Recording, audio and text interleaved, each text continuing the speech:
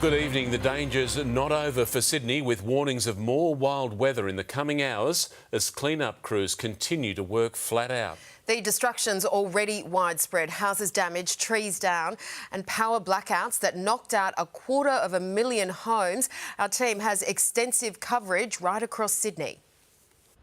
It was freakish. Whoa, holy sh**. And fast. Oh. From Zetland to Gordon, an electrical marvel piercing through Sydney's skyline. Even the Opera House had a front row seat. After the light show came the rainstorms soaking streets in Stanmore. A waterfall forming down the stairs of Sydney's Town Hall station. Suburb after suburb drenched, but it was this blistering wind that caused the biggest burden. Gusts of more than 100 kilometres an hour wreaking havoc, the northwest bearing the brunt. In Carlingford, this roof blew off a family's home, flying into the neighbour's backyard. We didn't realise, actually, the neighbour called my husband. My husband said, your roof off. The heavens opening inside. We just heard a big sound, loud sound, and my kids is crying. I got two boys, they are crying. A similar story in the southwest. It's okay, Mum, we're safe. And on the North Shore.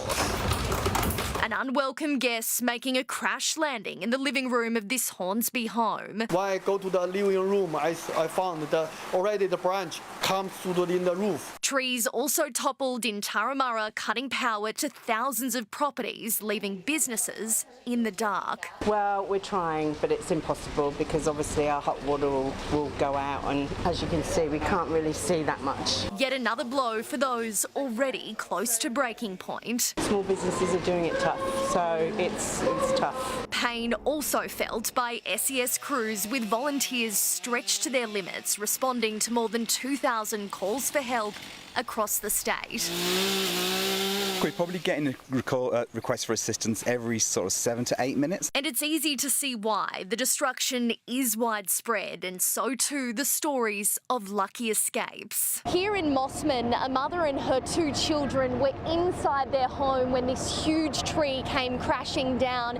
They heard a large bang, but at the time had no idea their roof had even been crushed until they stepped outside. You know, it's not even a shock because this has happened before with this tree.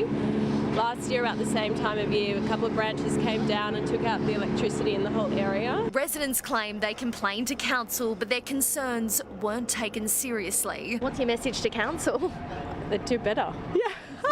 So sad, you know, after Christmas and the holidays, and now their beautiful house is ruined. The warning signs of ominous weather came early last night, a wall cloud rolling in over Hoxton Park around 7 o'clock, and it didn't take long to create chaos. It's really pleasing to say that our 800 plus SES volunteers, along with all of the emergency service partners, have already cleared approximately 50% of those jobs. Despite the mayhem, a silver lining for some. This man practicing his swimming strokes on the footpath, and what would a storm be without a dance in the rain? But the Bureau says Sydney isn't out of the woods yet, with more windy and wild weather on the way. Annie Puller, 7 News. And let's go live now to Taylor Aiken in Chipping Norton, one of dozens of suburbs that have been smashed. Taylor, many homeowners have a big repair job ahead. They do, Mark. SES crews are also pitching in, trying to clear the backlog, but despite working all through the day, the job isn't over yet. Some homeowners will have weeks of repairs ahead of them, including like this home at Chipping Norton. The ceiling of a bedroom caving in around 10:30 last night after strong winds dislodged tiles and heavy rains caused the roof to collapse. It's a similar story for electricity providers. Tonight, 70,000 homes are still without power as crews try to reconnect those that are still in the dark. Many homes are expected to be reconnected by tonight, but these strong winds and predicted rain is not making that job any easier. OK, thanks so much, Taylor. It wasn't just Sydney struck by destructive electrical storms. Andrew Denny is west of the Blue Mountains tonight in Lithgow. Andrew, tragically, these storms turned deadly. Yes, Angela, sadly, a man was killed near Cowra when a tree came down on top of his car. Statewide, though, these storms did cause chaos, and amongst all the rainfall they dumped, there were fires too, as buildings were set alight during those spectacular but terrifying lightning shows. Stretching statewide, this monster storm loomed large. It's heading right for us, and I'm going inside now. And hit hard. Ripping through wineries in the Hunter Valley, sending furniture flying and sculptures tumbling. It's at least 300 kilo sculpture. Once it got going, it didn't stop until it hit the water tank. In Maitland, shoppers and traffic took shelter from driving rain, lightning putting on a show over Thornton near Newcastle. Oh my God! The scale of this storm incredible. It cut through Canberra and barrelled over Bathurst, cyclonic winds sparking power lines and fires. A lightning strike in Dubbo igniting a gas line in Mudgee. A bolt struck a power pole, sending it toppling onto a house. It was ridiculous. I've never seen anything happen like that before in my life.